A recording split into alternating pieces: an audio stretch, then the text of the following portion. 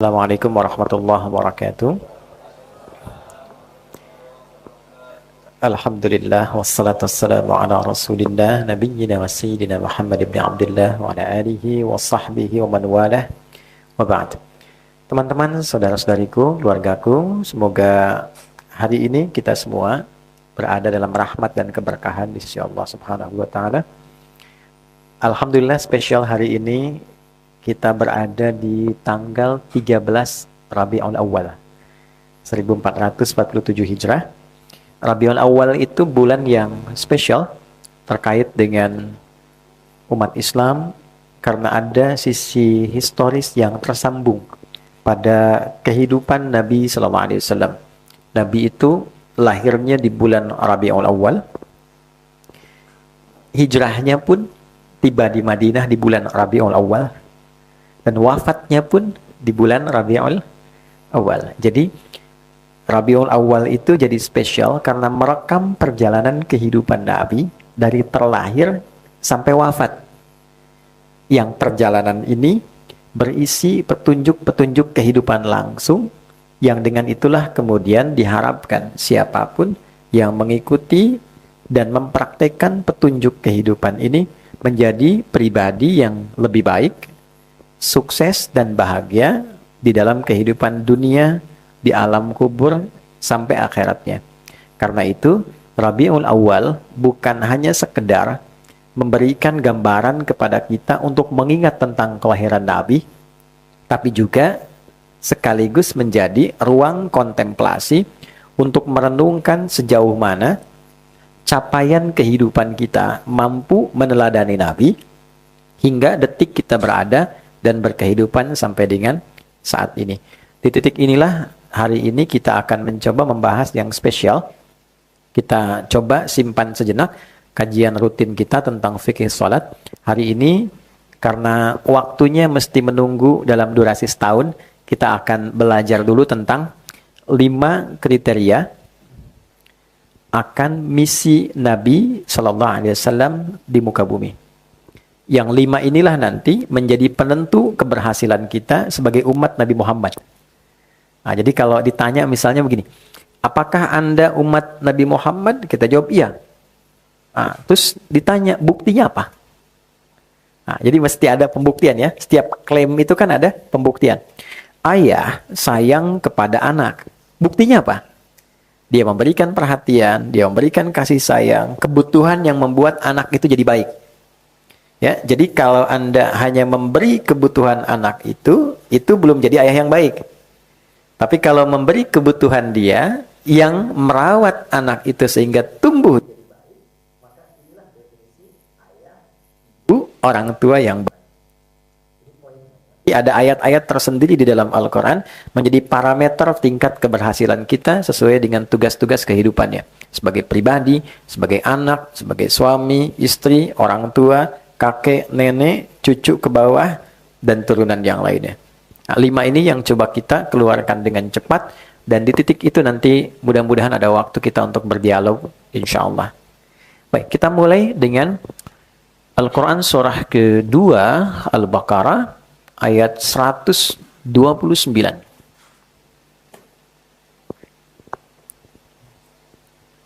Saya mohon izin berdiri ya, supaya ada catatan yang bisa teman-teman nanti kaji ulang. Dasar kita saat ini ada di Quran surah kedua ayat 129.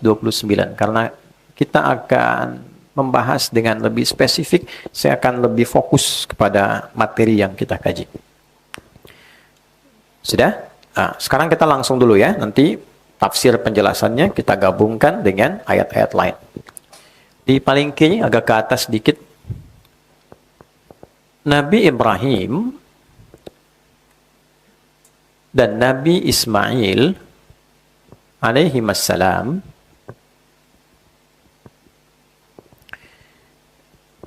mendapatkan peluang tugas dari Allah untuk meninggikan pondasi Ka'bah yang sempat hancur, terbawa bah atasnya di era Nabi Nuh alaihissalam.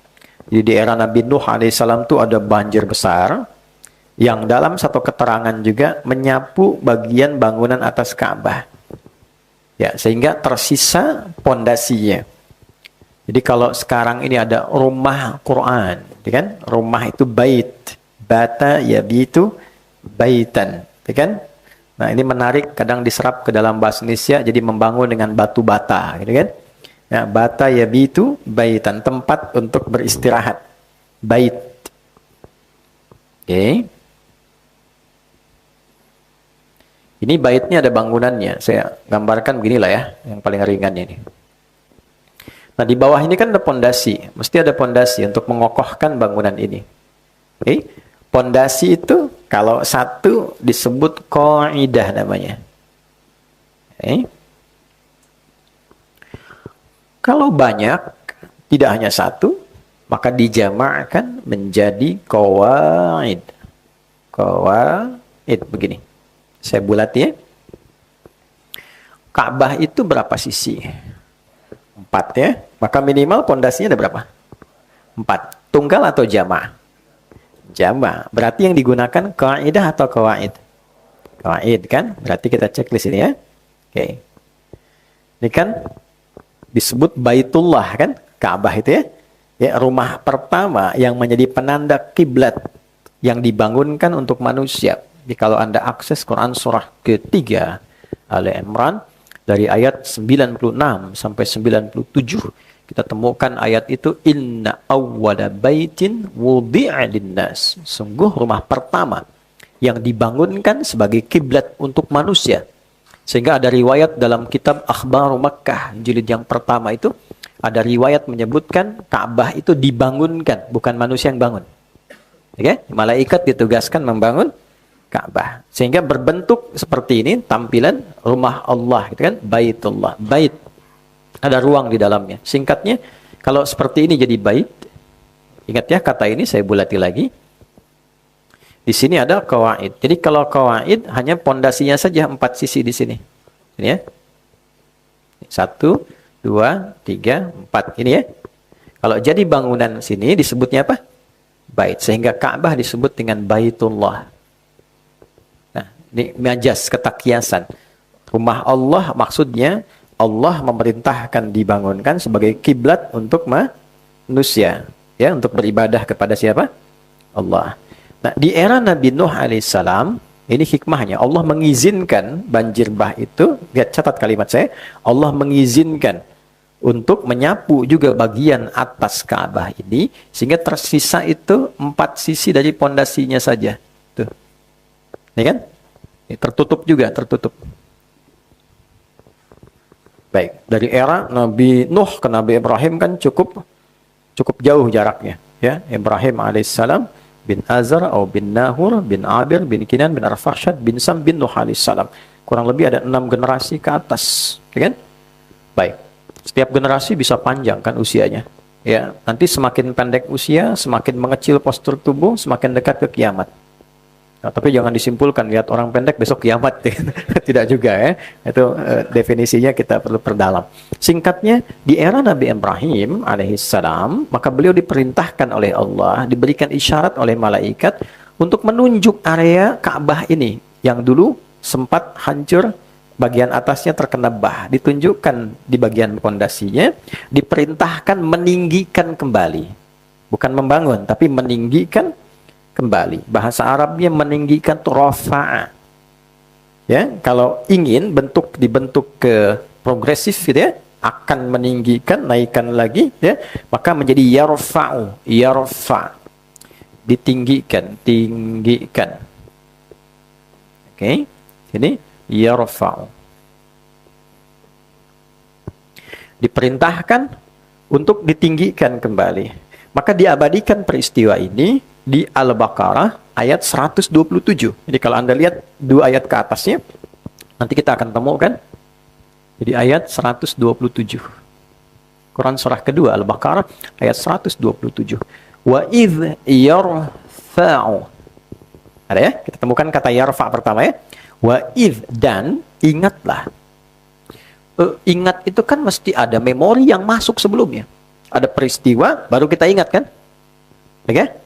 Oh, terus saya tanya begini, Mas Billy, ingat gak kemarin kita ketemu? Tapi nggak pernah ketemu kan, gimana mau ingat? Ya kan? Kemarin kan kita nggak ketemu kan? Nah, apa yang mau diingat? Mesti ada peristiwa terdahulu dulu, baru kita ingat kan? Oke? Nah sekarang, bagaimana kita mengingat? Kita pun tidak pernah menyaksikan ini. Nah, maka itu punya 3 arti. Ya? Pelajari, pahami, ya, mengingat. Baru dengan mempelajari, memahami itu, seakan-akan ada rekaman visual dalam pikiran kita untuk mengingat peristiwa dengan pengetahuannya, walaupun tidak mengetahui kejadian saat itu berlangsungnya. Jadi kalau menemukan kata ya, di antara pemaknaannya, coba pelajari, pahami, sampai mengerti. Dengan mengerti itu kita ingat. Ya, dan dengan ingat itu pesannya yang kita bawa, bukan peristiwanya hanya menjadi cerita. Jadi Quran itu tidak ada dorongan cerita sekalipun kisah menjadi dongeng, itu nggak ada. Semuanya pasti ada hikmahnya. Ya, kenapa ada kisah Nabi Yusuf begitu lengkap? Kenapa Nabi Musa begitu detil? Tapi ketika cerita Nabi Soleh cuma sedikit. Ya, ketika cerita Nabi Dzulkifli cuma sedikit namanya aja. Kisahnya nggak detil, pesannya apa? Nah, itu ada temanya tersendiri. Nah, tarik ke sini. Wa idh yarfa'u Ibrahimul qawa'id minal bait.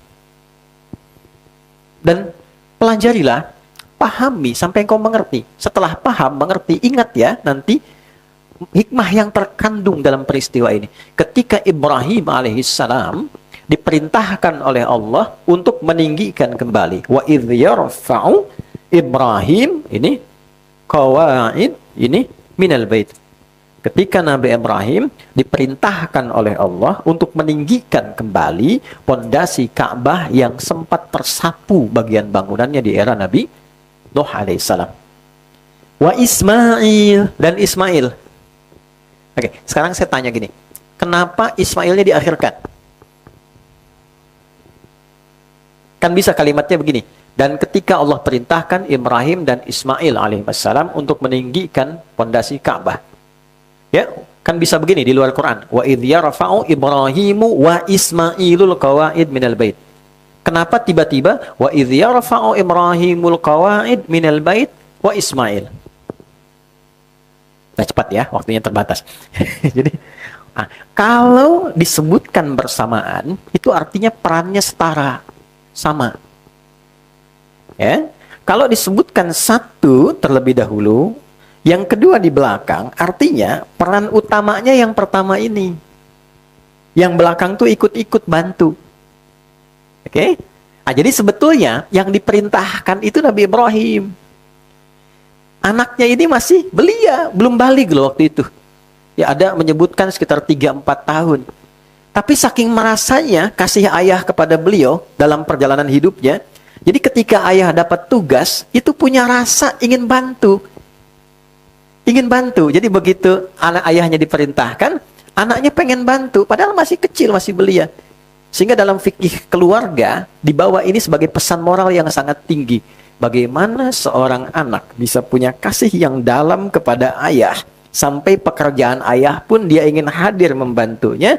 Maka pesan moralnya, berikan perhatian kepada anak, sehingga dengan perhatian itu muncul rasa dari anak untuk peduli terhadap beban yang diamanahkan pada orang tuanya. Jadi poinnya, ya, makanya Nabi Ibrahim kan viral. Kenapa disebut Ibrahim? Ada 2 makna kan? Ya, Abraham atau Abram itu punya 2 arti. Satu, ada yang mengartikan sang petualang, sang pelintas yang melintasi berbagai daerah untuk bertugas. Ada yang mengartikan dari Abun Rahim. Ibrahim Abun Rahim, bapak yang penuh kasih. Saking kasihnya, anak lahir diperintahkan untuk berdomisili di Mekah yang masih gersang, biwadin ghairi dzi zar'in inda baitikal muharram. Bayangkan, untuk mengapresiasi pengorbanan ayah ini, turun surat dengan namanya langsung, Ibrahim. Kalau Anda akses di ayat 37 itu menarik tuh. Ya. Ketika ditinggalkan di tempat gersang, ini baru lahir, masih merah, dengan ibundanya disimpan satu tempat dan ditinggalkan. Perintah Allah begitu. Tapi bukan ditinggal saja. Beliau di Palestina, anak di Mekah. Itu setiap pertumbuhannya, teman-teman, Sesibuk apapun. Anda bayangkan, beliau nabi, rasul, seorang ayah, punya tugas mencari nafkah, tapi tidak melupakan perhatian pada anak. Itu masih menyeberang untuk melihat anak saya tumbuh bagaimana. Seperti apa asinya. Ada masalah asi, dapat dari mana airnya. Dengan siapa bergaulnya. Sampai kelak, mau nikah pun masih diberikan arahan. Nah, rasa itu yang membuat Ismail itu punya kedalaman untuk bisa merasakan beban ayah. Tarik ke kehidupan kita nih. Ya, sehebat apa sih figur ayah sekarang? Sesibuk apa sih? Nabi bukan juga kan? Maaf ya, gitu kan? Kan belum naik status jadi Khalilullah kan, kekasih Allah gitu. Nah, sesibuk apa dan apa yang mau dicari? Kan kita nyari sesuatu di luar itu untuk ke dalam kan? Nah, di titik ini kita mesti ingat, dan ingat loh ya, jangan sampai kesibukanmu sebagai seorang ayah membuat lupa dengan pertumbuhan anakmu, sehingga anak itu nggak kenal figur ayahnya. Yang paling luar biasa berbahayanya, jangankan merasakan beban, kenal pun tidak gitu. Ya, lebih kenal tetangganya, temannya dibandingkan ayahnya, figurnya hilang. Dan ketika fase ia sudah tumbuh ke fase butuh teman di luar lingkup ayahnya, hilanglah kesempatan mendapatkan rasa kasih itu. Itu poinnya. Jadi kalau ada anak merasakan sesuatu yang berbeda, ya, tidak merasakan pekerjaan ayah, jangan dimarahi dulu. Tapi balik dulu ke dalam diri kita, renungkan dulu. Mungkin ada bagian dari kehidupan kita sebagai seorang ayah yang belum sampai perhatiannya pada anak. Itulah rahasianya kenapa di Al-Quran jarang ditampilkan sosok perempuan dalam masalah ini. Selalu laki-laki. Luqman, wa idh qala Luqmanu libnihi wa huwa ya'idhuhu. Ya, Yakub dengan Yusuf alaihissalam. Kemudian ada tokoh-tokoh lain, ya seperti Ibrahim. Kenapa? Karena ibu itu sudah otomatis ada di dalam rumah dan pasti punya kedekatan dengan anak. Sehingga yang disentuh ayahnya. Kenapa? Karena tugasnya banyak di luar. Tapi filosofinya dibangun oleh Quran. Jangan sampai kesibukanmu di luar melupakan juga tanggung jawab pokokmu yang ada di dalam. Kan nyari harta buat ke dalam. Jangan sampai hartanya dapat, tapi yang di dalam tidak terawat. Itu poinnya. Bisa dipahami ya? Nah, tapi yang lebih berbahaya, yang ibu yang nggak dikenal anak. Lebih repot tuh. Ya? Oke, balik ke sini. Nah, ini jadi ketika beliau diminta untuk meninggikan bangunan, beliau sudah pondasi, beliau meletakkan kakinya. Pijakan pertamanya untuk bisa meninggikan itu lagi disebut makom namanya. Pijakan pertama untuk mengerjakan sesuatu yang terhormat. Ya, dan itu nanti menjadi jejak kehidupan. Makanya orang-orang baik kalau meninggal itu diarahkan dulu namanya makamnya. Di mana makam syekh ini? Jarang disebut kuburan. Di mana makam kiai ini? Ya, karena ada jejak kebaikan dari perjalanan orang soleh ini saat hidup. Jelas ya? Maka ketika dipijakkan itu sampai sekarang diabadikan menjadi makam Ibrahim namanya. Ya. Tidak ada hal-hal mistis di dalamnya dan seterusnya, tidak. Ini menunjukkan jejak yang harus dipelajari. Justru dengan jejak itu diteladani dalam kehidupan. Jejak pertamanya. Nah, poinnya adalah ketika beliau di sini sedang berpijak, ingin menyusun batu-batu kembali, datanglah anaknya dari sisi sini, membawa batu. Dia pengen ikut nyusun. Oke? Nah, sehingga area ini sampai sekarang disebut Hijr Ismail. Ini. Ukurannya sebetulnya segini tuh. Segini sampai sini. Cuma nanti terjadi satu musibah di zaman Nabi, ada yang menyebutkan kebakaran. Ini kemudian terkena, direnovasi. Ya, tapi menarik nih. Harta orang-orang kaya saat nyumbang itu nggak cukup untuk memperbaiki Ka'bah seutuhnya sampai segini. Sehingga tersisa bagian ini. Ketika ditanya, kenapa nggak cukup? Komen mereka, ini harta kami yang paling halal. Oke, bayang? Jadi yang bermasalah, yang kaya-kaya itu kan di waktu itu mengeluarkan ternyata saking banyaknya harta, tapi kalau sedekah itu keluar yang sedikit. Ya, ditanya kenapa? Karena ini yang paling halal. Makanya ada ungkapan kekinian kalau ada orang kaya, ya kan, tapi sedekahnya sedikit, nah itu yang halal gitu. Itu sanadnya kan ya. Oke, ini kembali ke sini ya. Tapi akhirnya bukan berarti nggak bisa punya kemampuan kan untuk diselesaikan. Hikmahnya apa? Hikmahnya jika ada orang yang menginginkan sholat di dalam area Ka'bah dan terbatas karena hukum dunia di dalamnya, dia bisa mendapatkan kesempatan sholat di area sini. Itulah barakahnya Nabi Ismail. Sini. Jelas? Kan hukum dunia berlaku ya. Pemimpin aja yang masuk ke dalam pakai tangga khusus kan. Maka Allah buka Di rumah Allah semua punya kesempatan yang sama. Maka orang yang sholat di area ini sama dengan sholat di dalam masuk areanya. Singkatnya, ditinggikan ini, selesai kemudian jadi kembali, maka berdoalah di samping Ka'bah itu. Doanya ada 3. Ayat 127, 128, kemudian 129. Doa ini bisa teman-teman gunakan kalau misal lagi bangun rumah jadi. Bangun rumah, menempati rumah baru. Boleh berdoa ini, pakai doa ini. Sampai 128. 128. Dah, wa idh yarfa'u Ibrahimul qawa'ida minal baiti wa Ismail. Rabbana taqabbal minna innaka antas sami'ul alim. Ya Allah, mohon terima amal kami dalam membangun sampai jadi ini. Aku yakin hanya Engkau yang Maha mendengar dan menerima doa yang aku sampaikan ini. Jadi kalau bangun sesuatu yang baik, apapun itu jadi bentuk bangunan doa, ya Allah, mohon terima ini sebagai niat hamba untuk beribadah di tempat ini. Lalu yang 128-nya, Rabbana waj'alna muslimaini laka wa min dzurriyyatina ummatan muslimatan lak wa arina manasikana wa tub alaina innaka antat tawwabur. Ini ada makna jauhnya yang sangat dalam sekali. Tadi kan saya bicara tafsir dan takwil, ini ilmunya nggak mudah. Kalau tafsir itu melihat yang tampak, takwil itu yang terdalam. Yukhrijul hayya minal mayyit, menghidupkan dari yang mati jadi hidup. Tafsir, telur jadi ayam. Tidak ada apa-apa, berproses, tiba-tiba jadi ayam. Ya, itu tafsir namanya. Tapi kalau kita katakan yang belum ada iman hidup dengan imannya, itu takwil namanya. Setelah rumahnya jadi, diisi, kita berdoa, ya Allah, mohon jadikan setiap penghuni rumah ini, aku, keluargaku, menjadikan rumah ini sebagai tempat yang membuat kami menjadi hamba yang baik. Dan kalau kami salah, bimbing setiap anggota di rumah ini untuk memperbaiki diri dengan bertobat kepadamu sehingga kembali jadi baik. Dan mohon tunjukkan kami upaya menjadi orang baik dari tempat yang rumah telah selesai kami bangun ini. Itu diantara doa yang bisa teman-teman kemudian terapkan dalam kehidupan kekinian.